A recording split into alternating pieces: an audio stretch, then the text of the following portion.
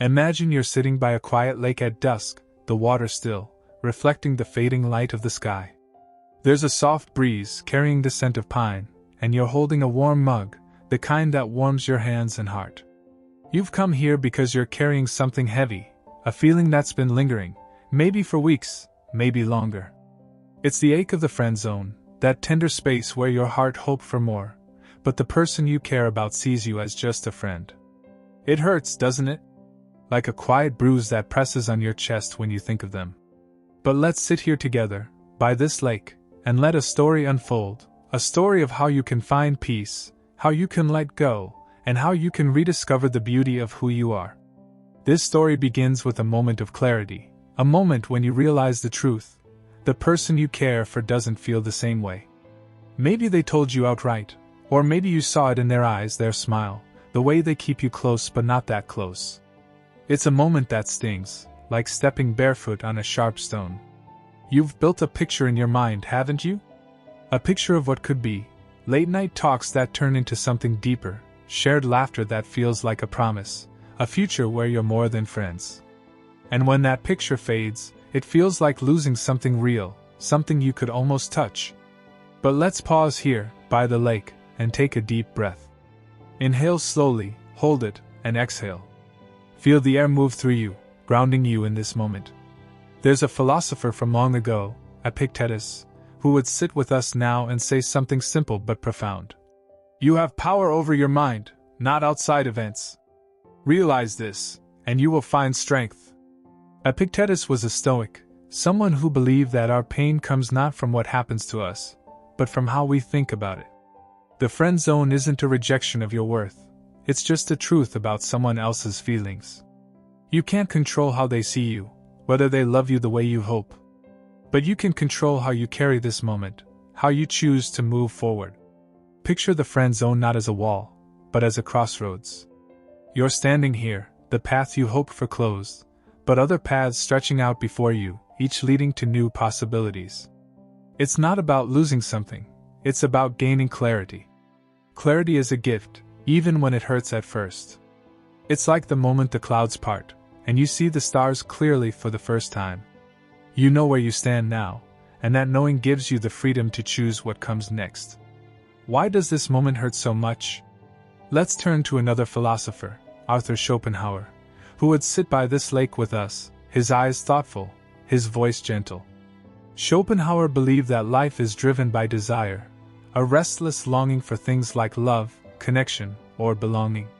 When you're in the friend zone, you're not just longing for a person, you're longing for a story. The story of what could have been. You've imagined moments with them, holding hands, sharing secrets, building a life together.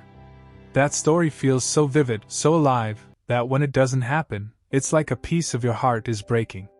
But Schopenhauer would lean in and say, your suffering comes from clinging to that story, from believing it's the only path to happiness.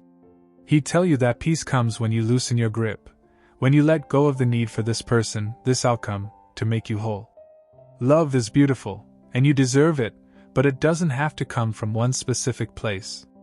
Picture yourself holding that story like a delicate bird in your hands.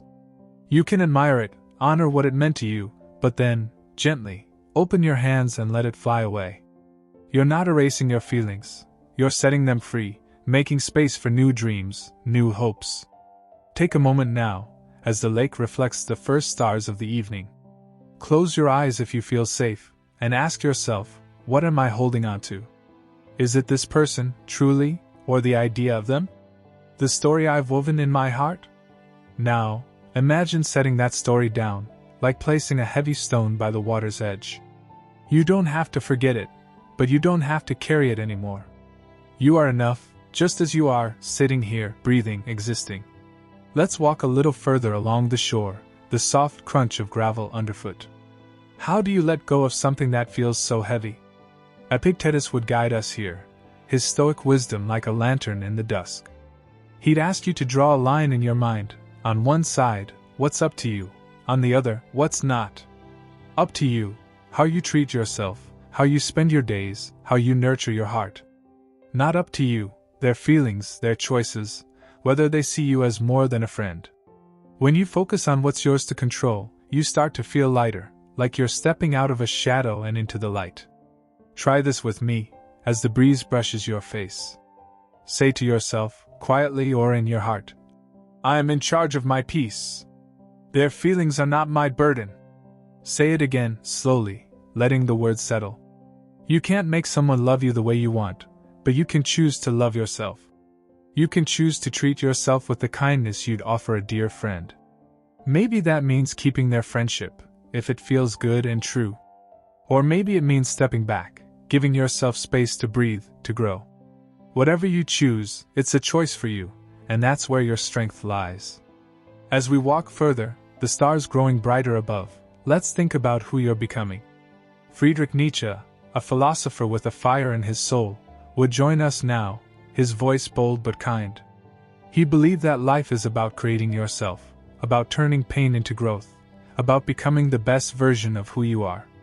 He said, that which does not kill us makes us stronger. The friend zone might feel like a wound, but it's also a forge, a place where you can shape something new, something radiant. This moment is asking you, who are you when you're not defined by this longing? What can you create from this pain? Imagine Nietzsche sitting with us, his eyes bright with possibility. He'd say, you are not here to shrink, to wait, to hope for someone else's choice. You are here to become. So, what does that look like for you?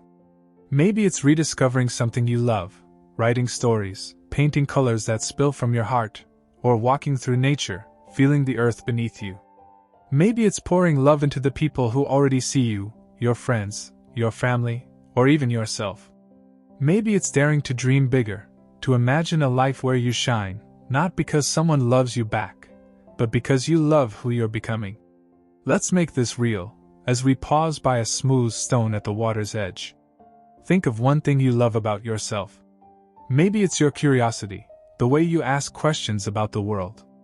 Maybe it's your laughter, bright and contagious. Maybe it's your heart, so open and giving. Got it? Now, picture how you can nurture that part of you. If you're curious, maybe you pick up a book that sparks your mind or explore a new idea that makes you feel alive. If you're kind, maybe you write a letter to yourself, thanking you for all you bring to the world. These aren't just tasks, they're ways of building a life that feels full, that feels like yours. The lake is calm now, the water like a mirror, and as we sit here, let's talk about self-love. There's a poet, Rumi, whose words feel like a warm embrace. He said, beyond ideas of wrongdoing and right doing, there is a field. I'll meet you there. That field is the place where you accept yourself, fully, without judgment.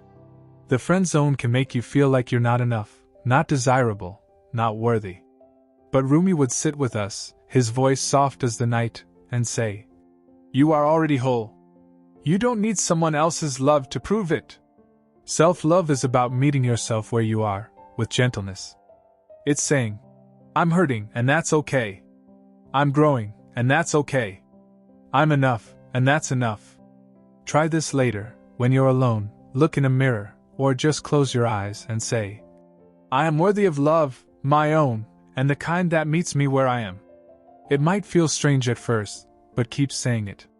Let it become a truth you carry, like a small, warm light in your pocket. As the stars fill the sky, let's look toward the future, not with fear, but with wonder. Soren Kierkegaard, a thinker who wrestled with life's uncertainties, would walk with us now.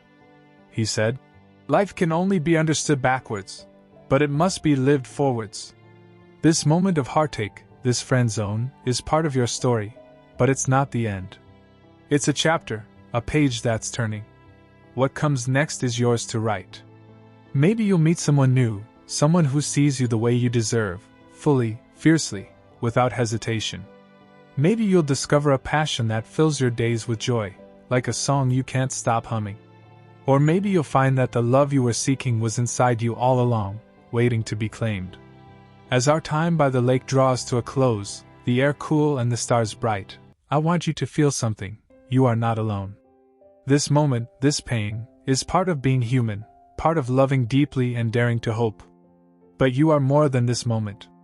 You are a story unfolding, a heart growing stronger, a soul learning to shine. Take one last deep breath with me, Inhale, hold, exhale. Picture yourself standing tall, your heart lighter, your path clearer. Every step you take from here, toward new dreams, new connections, or deeper self-love, is a step toward a life that's yours, vibrant and whole. The lake is still now, the night wrapping around us like a soft blanket. You've carried this weight, and you've set it down. You've walked this path, and you're stronger for it. Keep going, my friend. You are enough, and your story is just beginning.